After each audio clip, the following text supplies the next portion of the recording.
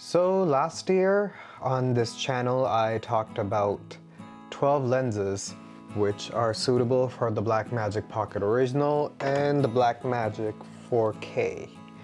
And today I will be mentioning my top 3 lenses from 2021.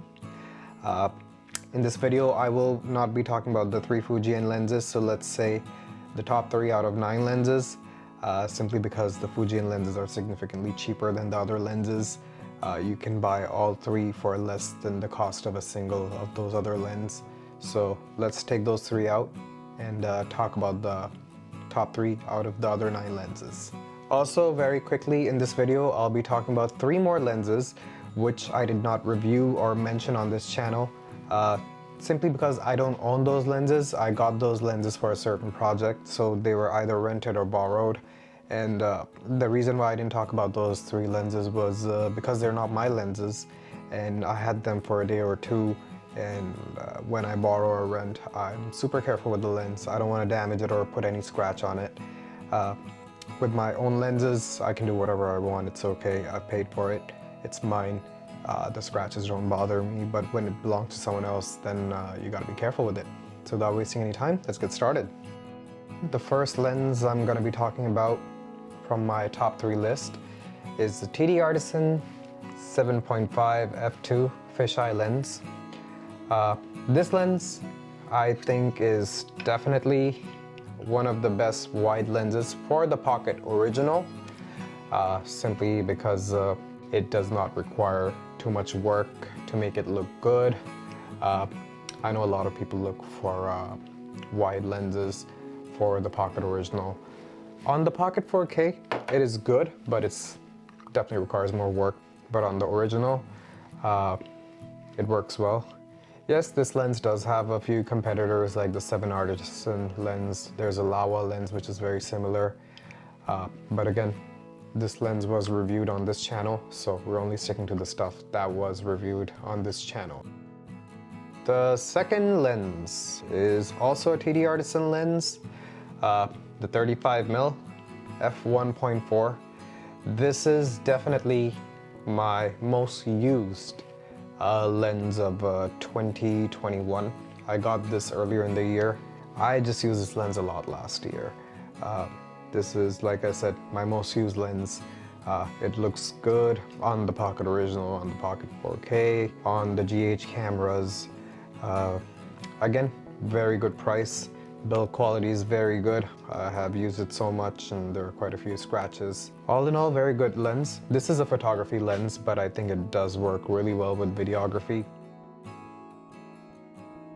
So my top pick for 2021 is the lens I reviewed in December.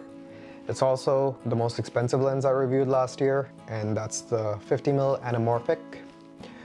I know for a lot of people this may not be something that may be on the top, considering it's a 50mm lens. And a 50mm lens on this camera is more like a telephoto lens. But it all depends on where you're filming, how you're filming. Because I'm filming in a space which is just a little bigger than this room. In this room, normally I'm using the 25mm, or currently I'm on the 14mm. And it also depends where I'm sitting, because this is not a big room. But the place where I'm filming currently, it's a little bigger than this, but most of the shots are being taken from the windows and from outside the room. But it doesn't seem like it's outside the room. It seems like the camera is in the room. So it all depends on how you work, basically. But that's a different discussion altogether. So for me, this is definitely the #1 lens that I reviewed last year. So the 3 lenses that I don't own but I used in 2021 that I think are really good. The first one is 16mm T 2.2 lens. I had this lens for a day. I use it with the Pocket Original mainly. And I was personally very impressed with this lens. I think it was really good. 16mm wide. Of course there's a crop, but still, it works really well. Definitely one of the best lenses I used last year. The next lens which I used last year that I don't own is actually a lens I've used a couple of times before that as well. Also with the Pocket Original, not with the Pocket 4K. And this is the Samyang 12mm 2.2 as well. This is a great wide angle lens. I think it works really well with the Pocket Original, and I have used it in the past, so I know how it is and works well. Focus ring was smooth, build quality was good. The third lens is the Sarui 24mm 2.8 lens I used last year, and well, technically I used it earlier this year, maybe 3 weeks ago, and I think that was a great lens. It is an expensive lens. It's more expensive than the 50mm, but overall a great lens. Again, not every project requires anamorphic. If your project requires anamorphic, then sure. If not, then you can completely ignore this. Anyways, you can let me know your thoughts in the comment section. If you like this video, please hit the like button. If possible, please subscribe, and I will see you next time. Thanks for watching.